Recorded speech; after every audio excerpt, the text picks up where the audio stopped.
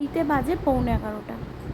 চা খেয়েই চলে আসতে হয় রান্নাঘরে, কারণ কর্তাবাবু বেরোবে আর ওরও প্রয়োজনীয় জিনিসগুলো সব গুছিয়ে দিতে হয়। তো কড়াতে বসিয়ে দিয়েছি মাছের ডিমের বড়া।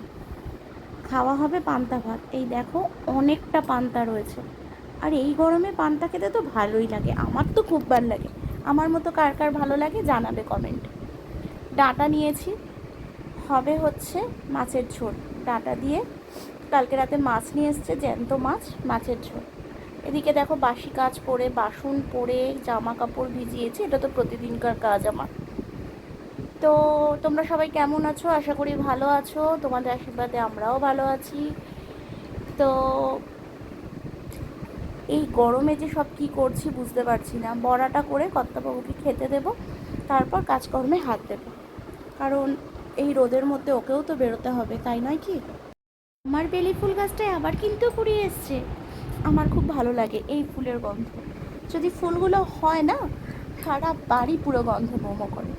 বাইরের রোদটা দেখলেই ভয় লাগছে, কি করে মানুষজন কাজ করবে। তো কর্তা বেরিয়ে গেল কাজে, বললাম ছাতাটা নিতে নিল না, এই গরমে খুব কষ্ট। কি করা যাবে, কর্ম না করলে খাবো কি। আর এদিকে ব্যালকনি থেকে আমি একটু দেখে নিলাম, তুলসী গাছটাও একটু হয়েছে, জল দিতে হবে। এগুলো ছোলা বাদাম দিয়েছি, গাছ হবে বলে হয়নি। তো এবার আমি নিজের কাজে ব্যস্ত হয়ে যাব। দেখো, সবজিগুলো কাটবো, সবজি কেটে এদিকে তোমার রান্নায় যাব। 11:30 বাজে। কর্তার সাথে আমিও একটু টিফিন করে নিই, নাহলে না একা একা আমার খেতে ভালো লাগে না।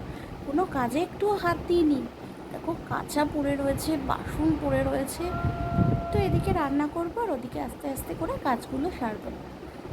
ঘরটাও ঝাড় দিয়ে মুছতে হবে, প্রতিদিন ঘর না মুছলে না গরমকালে কিরম কিরম একটা লাগে। আর আমি এত নাটা না, এই পিঁড়িটায় দাঁড়িয়ে রান্না করি, এই যে। তো চলো সবজিগুলো কেটে নিই। দেখো ঘড়িতে বাজে 12:15। উফ কি গরম, এত গরমে কি করে কি করব, ভালো লাগছে না। এদিকে কড়াই বসিয়ে দিয়েছি মাছ ভাজা, প্রেশারে বসিয়েছি ডাল। তো রান্না হবে হচ্ছে এই কটা মাছের ডিম রয়েছে, আর এই মাছটা দিয়ে ডাঁটা দিয়ে আলু দিয়ে তরকারি, বরবটি ভাজা, একটুখানি লাউ ছিল, ফেলে দেবো না। লাউটা দিয়ে, এটা কি পড়েছে জানো? এটা পড়েছে হচ্ছে অ্যাসিড, এটা উঠছে না, দেখতে হবে কী করে পড়তে হবে।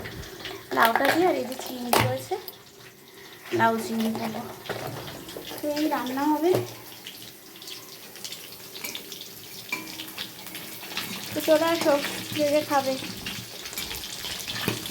আর কোনো কাজ হয়নি। এদিকে দেখো মশলা কষাতে চলে এসেছি, বসিয়ে দিয়েছি দুটো কড়া। আর এদিকে দেখো লাউ চিংড়ি ভেজে ফেলছি, বাট তবুও ফেলে দেবো না।